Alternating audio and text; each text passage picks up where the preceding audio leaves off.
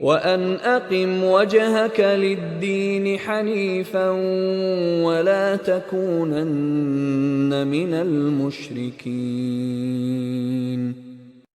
وَلَا تَدْعُ مِن دُونِ اللَّهِ مَا لَا يَنفَعُكَ وَلَا يَضُرُّكَ فَإِن فَعَلْتَ فَإِنَّكَ إِذًا مِّنَ الظَّالِمِينَ۔